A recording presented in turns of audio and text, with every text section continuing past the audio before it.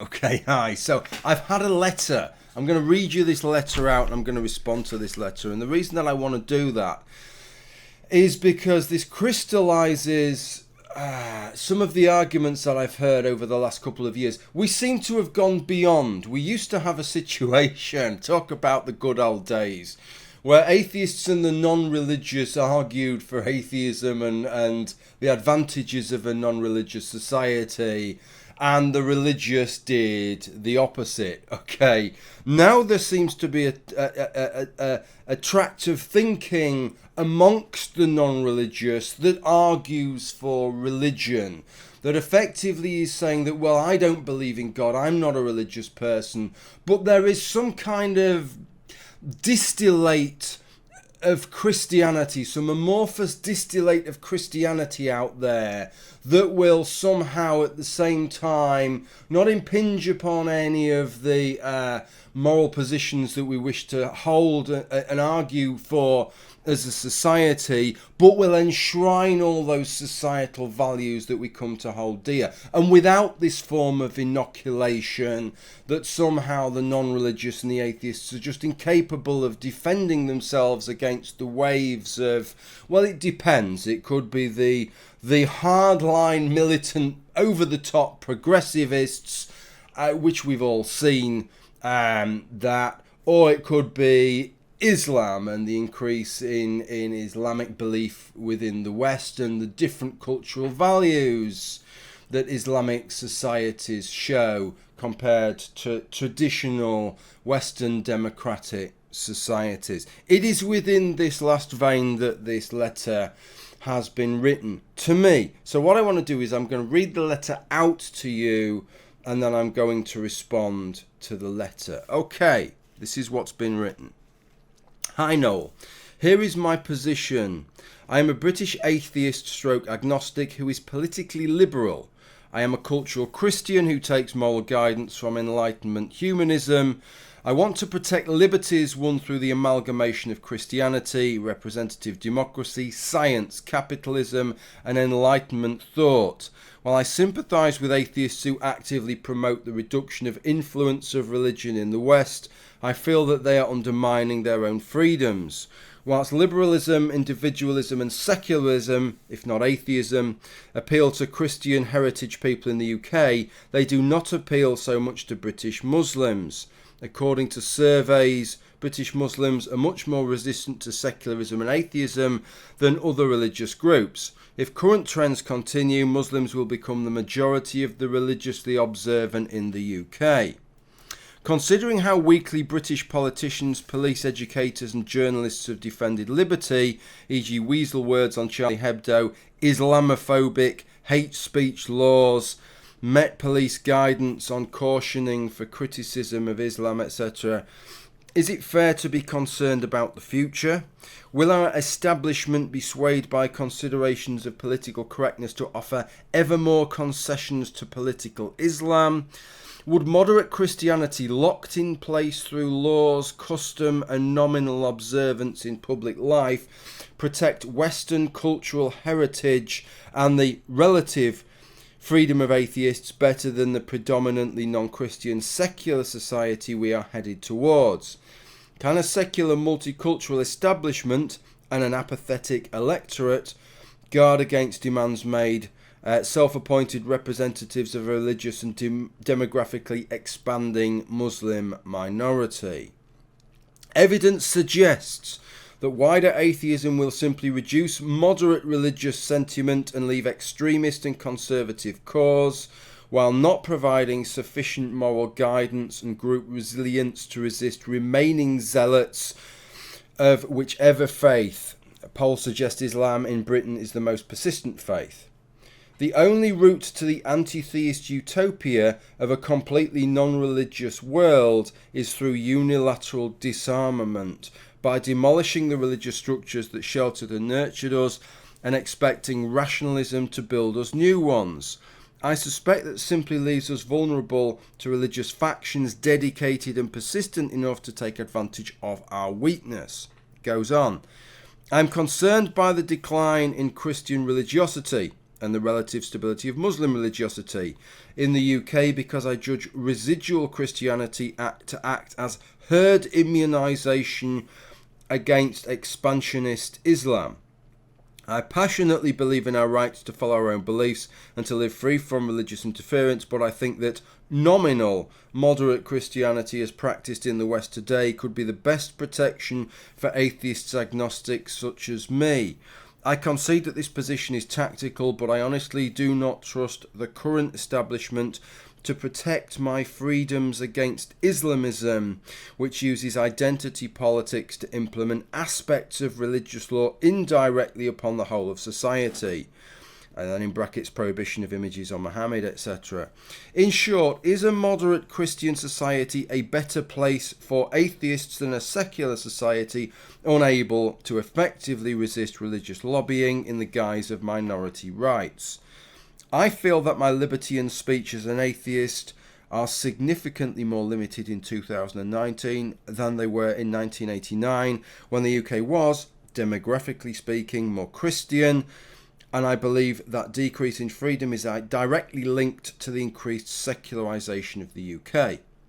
Can you allay my concerns? I am a long-time watcher and admirer of your videos, and I think many viewers would like to see a video response, however inconclusive, to this conundrum. Yours, a concerned atheist. So that ends the letter, and so starts the reply. First, let me say, I think that's a very cogent and eloquent run through of the argument, so I thank the writer, who wishes to remain anonymous, by the way, for that.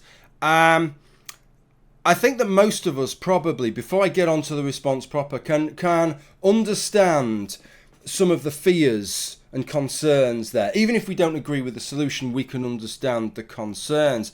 And it is true, I think that as a society, we've got ourselves into a little bit of a pickle here, where effectively in this respect, in the political sphere, I propose that Islam is effectively operating from a position of extreme privilege in one sense, which is that we used to give a certain respect to political beliefs that were held under the umbrella of religion.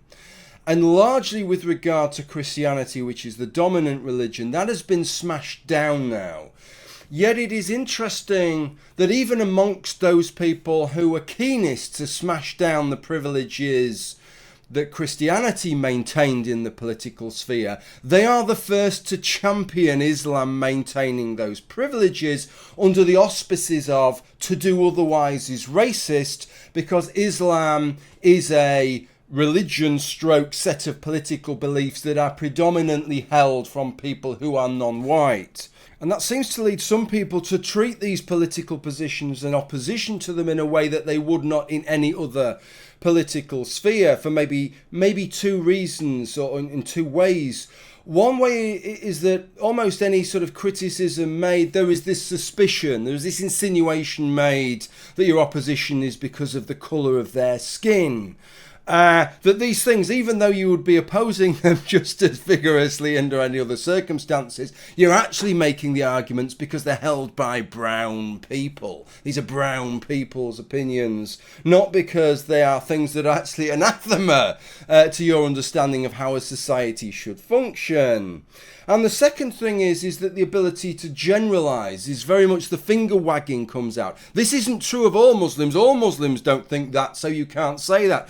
As if that is the way that we function in politics, right? As if when we talk about people on the right or people on the left, that is how we function. We only deal with things that everybody on the right thinks or everybody on the left thinks. We talk about that in the UK, even though most people across the political spectrum in the UK believe in a mixed economy that includes socialist and capitalist, typically socialist and capitalist solutions to society's problems, a society where most people on both political wings believe in healthcare free at the point of delivery. We still make generalisations, and we understand that it doesn't incorporate every single person that would be regarded as on the right or every single person that was regarded as on the left.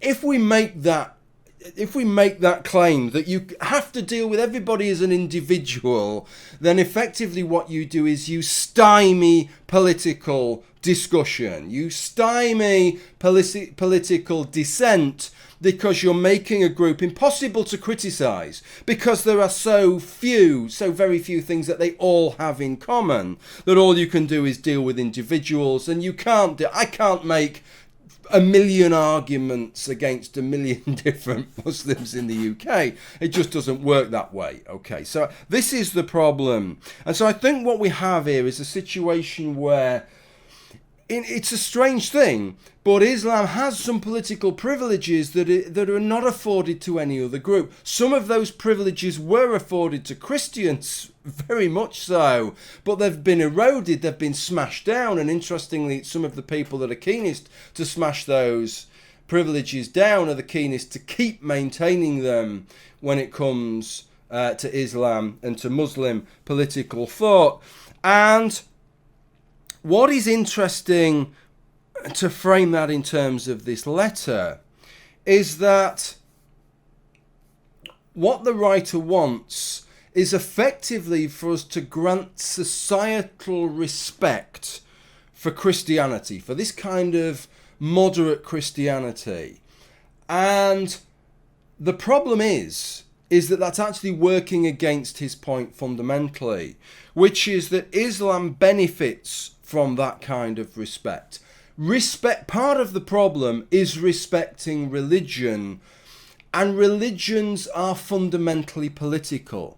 So if you respect religion, you respect political opinions held under the auspices of a religion, which is part of what is granting political opinions held under the auspices of Islam this kind of immunity. Muslims themselves seem to know this, by the way. The author talks about surveys. What we know from surveys is actually, paradoxically, Muslims like Christians in the UK getting special treatment even more than the Christians themselves like them getting special treatment. They have been polled on the head of state remaining the supreme head of the Church of England, or whatever the title is. They've been polled on the Lord Spiritual, the Church of England bishops in the House of Lords. They've been polled on faith schools, 99% of which in the United Kingdom. These are state-funded schools that are run by religious institutions.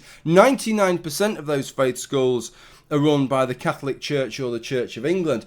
These are special privileges that are granted to Christianity, and Muslims are much, much keener on Christians getting and maintaining those special privileges than actually the Christians are themselves. Why would that be? I think it's because Muslims, and again I'm making generalizations here, but these are statistical arguments, right, we're looking at, that Muslims realize that what this is demonstrable of is granting religion a special place within society, granting special religion, special respect to religion, and that will reflect upon Islam. That will reflect upon those beliefs. Anybody but the secularist, as far as they're concerned, anybody but the atheist, anybody but the non-religious. They would much rather have a society where religion is granted extra respect and a special place than a society when it isn't. Even if it's not their religion, they would still rather have that. I think that is something to bear in mind. What I want to do by means of response here is that I want to go through a few key things that the guy says and respond to them and give my thoughts. But I felt that there were certain themes to what he said. So let me see if I can sort of distill it down to 4 themes. These were the themes or the points that were made. The first, that Islam has many values or social norms at odds with those we appreciate in the West.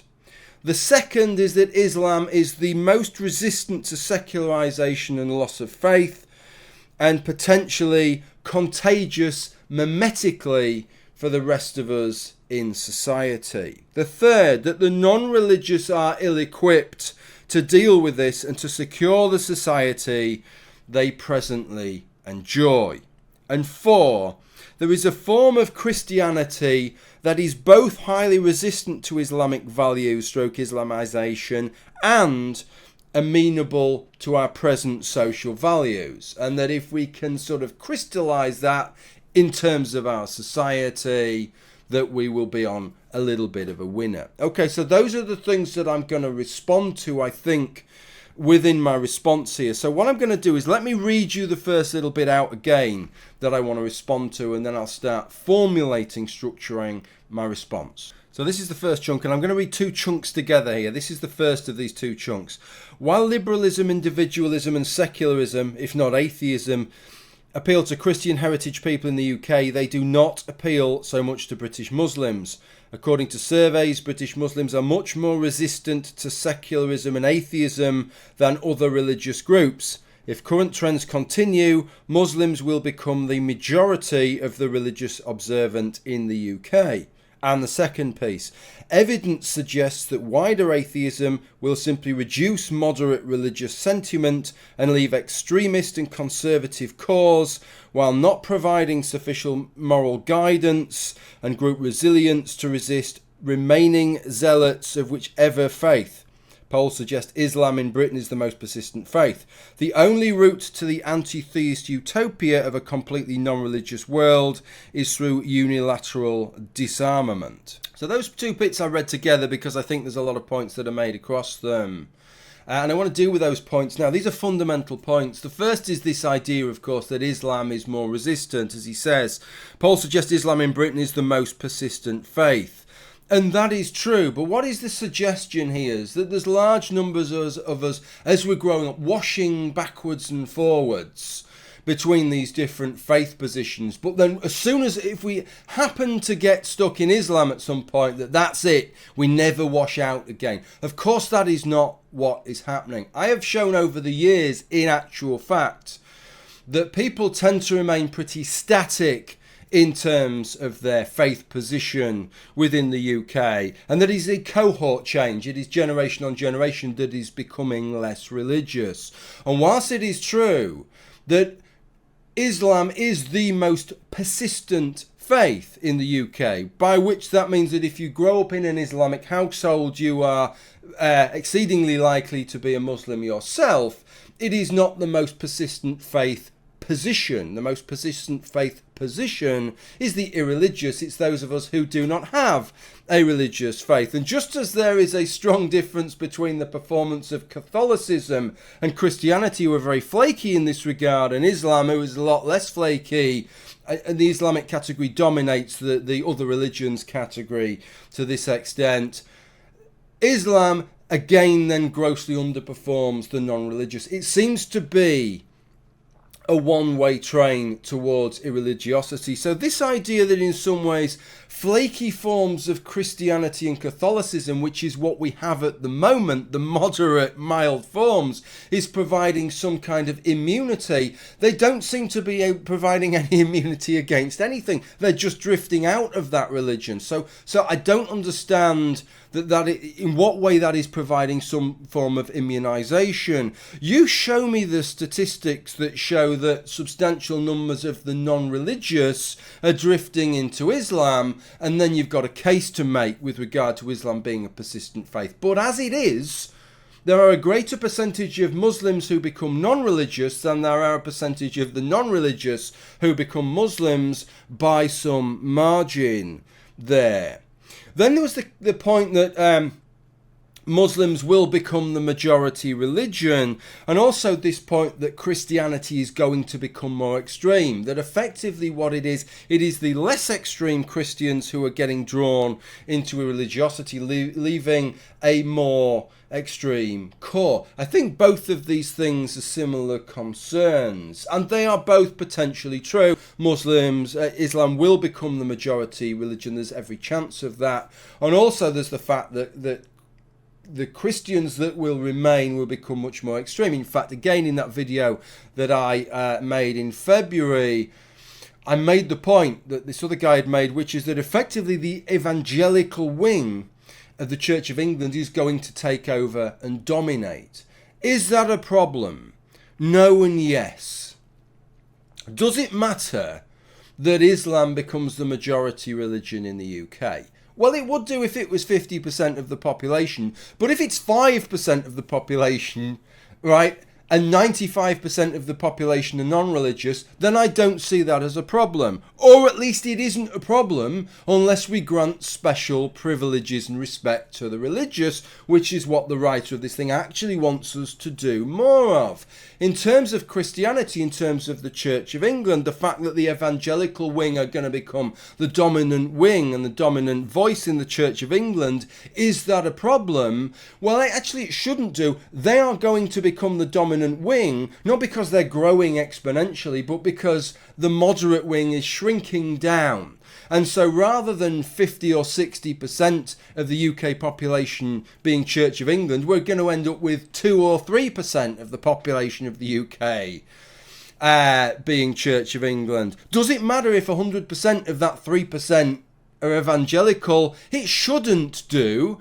The only reason it does do is because they have these special privileges, right? So it's the special privileges that are the problem. It's an odd way to look at it, to say, yes, that's going to be a problem. So the way to do that is to all pretend that we're moderate Christians to overwhelm the extreme voices. Surely the right thing to do is not to grant the special privileges to those religions in the first place. Surely that makes more sense there, that when you have a religion that only amounts to 2 or 3% of the population, they shouldn't be getting these special societal privileges, such as special seats just for them in the upper chamber of our parliamentary system. The idea that it amounts to unilateral disarmament, which was the case made, only really works if you regard Christianity as some form of armament. And as I say, I don't really think that is the case. You cannot make the case going on the way that Christianity is actually performing here. It seems, in actual fact, in terms of inoculization, that irreligiosity is much more inoculated against religion than Christianity is against either religion or irreligion, that it's a one-way train. So how does that amount to disarmament? It seems to me to be the exact opposite. I don't think you can make a credible case that all these non-religious people that are now dominating our society statistically, and that is only going to grow and grow and grow, are in some danger of turning into Muslims, of turning to Islam. That is the least likely thing to happen of any of the eventualities, and the statistics bear that out. And the final one is that somehow Christianity was providing moral guidance, and without that we haven't got that moral guidance. I found that the most absurd point so far, really. I suggest to you that Christianity in the UK, its moral compass is broken, actually. Now, I don't see that as a bad thing. I think that Christianity's compass has been broken and been replaced with a wonderful modern GPS system that is functioning far better. But if you look at the way that Christianity has functioned and what it has had to say over the past few decades, really all it does is it just shifts its position to mirror society's position. It doesn't have a moral compass anymore. It follows. It doesn't lead. I don't regard that as a bad thing. If you think that gay marriage is a bad thing, if you think the fact that you can now have anal sex with your wife, and the 1989 date you talked about earlier on, that would have been illegal, and the reason that it was illegal is because the Christians wanted it to be illegal, right? If you think that those things are good things, those positions that we had before, when Christianity was providing a moral compass, I don't think they are. I think that we're actually advancing. Christianity's moral compass is broken in the United Kingdom, and I think it's being replaced with something a lot better. I showed the statistics last year, which showed that within 3 years of gay marriage being legalised in the UK, 30% of Catholics within the United Kingdom had changed their position on gay marriage. 30% in 3 years. They are not leading. These moderate Christians are not leading on moral issues. They are following on moral issues. And that's a good thing as far as I'm concerned. Okay, on to the next chunk. Okay, so 2 more chunks again. Would moderate Christianity, locked in place through laws, custom and nominal observance in public life, protect Western cultural heritage and the relative freedom of atheists better than the predominantly non-Christian secular society we are headed towards? And also, I think that nominal moderate Christianity as practiced in the West today could be the best protection for atheists, agnostics such as me. So 2 points to make here. The first is a practical concern, which is that I think that this kind of idea of trumping up a society with nominal observance is pie in the sky. My wife taught RE, religious education, for years, actually. And I've had a lot of discussion and learnt a lot via those discussions with her on the attitudes of young people in a largely religious society towards religion. And one of the things that is quite clear is with regard to things like this is that young people don't like bullshit, right? Once they suspect something is bullshit, once they think something is bullshit, they'll believe bullshit, but once they believe something is bullshit, they don't want any part of it. They are very much against it. It bristles with them. And religion and organised religion is one of those things. That part of her job was to try and open their minds to looking at religious perspectives that are not their own, because they don't have one by and large, without just wanting to dismiss it out of hand. At least having an open mind to thinking, well, what is it about? What is it that these people believe? They don't want any of it. They regard it all as a load of nonsense, as a load of bollocks. To try and tell young people, well, we know you think it's a load of bollocks, but will you go through the motions throughout your life anyway, because it will be for the good of society? I think that's a non-starter, right? That is not going to work. Young people are not prepared to do this. They think it's a load of bollocks, and they will say pretty much, put it not quite as swearingly as that, but that bluntly within a classroom environment, that is how they feel about it. And they're not going to go through these motions. So I think the whole concern is pie in the sky in many ways.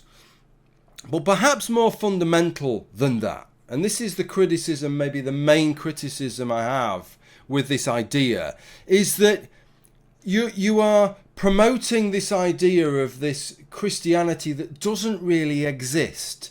It's like an amalgam of different Christianities from different times. You want the resilience of Christianity of 100 years ago, of 200 years ago, but you don't want the morals of it. You don't want the standing of it. You don't want the views of atheists and agnostics of it. You want the modern, moderate, flimsy, flaky Christianity that actually just follows society in terms of morality. But that is the flaky, flimsy Christianity that won't protect you from anything, right? It won't even protect itself from irreligiosity. Even irreligiosity that isn't trying to impose itself, that's just sat there in the corner fucking whistling. It's not going out there and proselytizing, it's just kids growing up in irreligious households, just thinking about these things from a more neutral perspective. It can't even guard itself against that at the moment. These are two very, very different Christianities we are talking about here. And that seems to be the fundamental problem. The Christianity that we have now is not a Christianity that will do what you think needs to be done. You need to hark back to a much earlier Christianity, a Christianity of 100 years ago, that was much more conservative, that was much more dogmatic, that was much more insistent that you observe what it tells you to observe and don't fall out of step in society. Otherwise, you're going to be very, very severely frowned upon by that society. That isn't a Christianity that you want. That is probably a Christianity that will do what you want it to do. But that's the problem. I don't believe this Christianity you're talking about actually exists. Okay, on to the next bit. I feel that my liberty in speech as an atheist are significantly more limited in 2019 than they were in 1989, when the UK was, demographically speaking, more Christian, and I believe that decrease in freedom is directly linked to the increased secularisation of the UK. It's interesting that it's 1989 that you hark back to. a point in time when we are already well on the path of secularization, a point in time where we already have a form of Christianity that is unable to sustain itself within society. In the UK, we have had almost 2,000 years of Christian hegemony. What percentage of that would you be happy to serve under? I would suggest probably 1989 and maybe a decade or two earlier, and that would be about it. Right, and this is the problem that I have. All that Christianity stretching back, none of it's very much appealing to you, either as an atheist or as a moral agent, I would suggest to you. Many moral things that we regard as we're getting right now have seen very little change for century upon century upon century, and it's only as we've started to abandon Christianity as the purported grounding of our moral guidance that we've actually managed to make some progress on these issues. You want to hark back to what you see as Christianity in 1989. I say to you, even if there is something that needs to be done here, demonstrably the Christianity of 1989 won't do it, because the Christianity of 1989 cannot even sustain itself, let alone deal with any of these issues that you see as coming in from outside. You are going to have to hark back to a very, very different Christianity, a much stronger Christianity that you are not going to find anything like as appealing. In short, is a moderate Christian society a better place for atheists than a secular society unable to effectively resist religious lobbying in the guise of minority rights? Well, I hope I've explained to you within this video why I think that is not the case, and why I don't think moderate Christianity is capable in its present form and its modern form, in that moderate form, of achieving pretty much anything other than its own slow and gradual decline. It does not seem capable of opposing anything. Christianity has benefited from the respect that we are granting to Islam for centuries, and we all suffered as a result of that. Surely the answer is not to start granting those extra respects to Christianity anymore. It's to undercut those respects. Surely the answer that we need. This is a genuine problem as far as I'm concerned that this person highlights here. Religious lobbying in the guise of minority rights. And it's not an easy one to tackle when people know that they can gain political leverage by accusing people of being racist. It's a chilling effect. It's a wonderful chilling effect card to play. Of course it is. But one thing that we can do is to treat religious lobbying as political lobbying. Religious opinions, when they are political opinions, just the same as we would any other political opinion, and stop granting them extra respect, extra deference, just because they are a religious opinion. I think that would get us half the way there. Okay, interested to know what you think about this. This is an argument that we seem to be hearing more and more and more. People who are not religious, in many cases are atheists or agnostics, in many cases are secularists themselves, making these arguments. Well, that's what I think, but surely if we could just convince the masses to go through the motions of Christianity, we can preserve the society in the kind of form that it is now. I don't see any gain to that, and I don't see it achieving anything. Interested to know what you think. Okay, thank you for watching. Bye for now.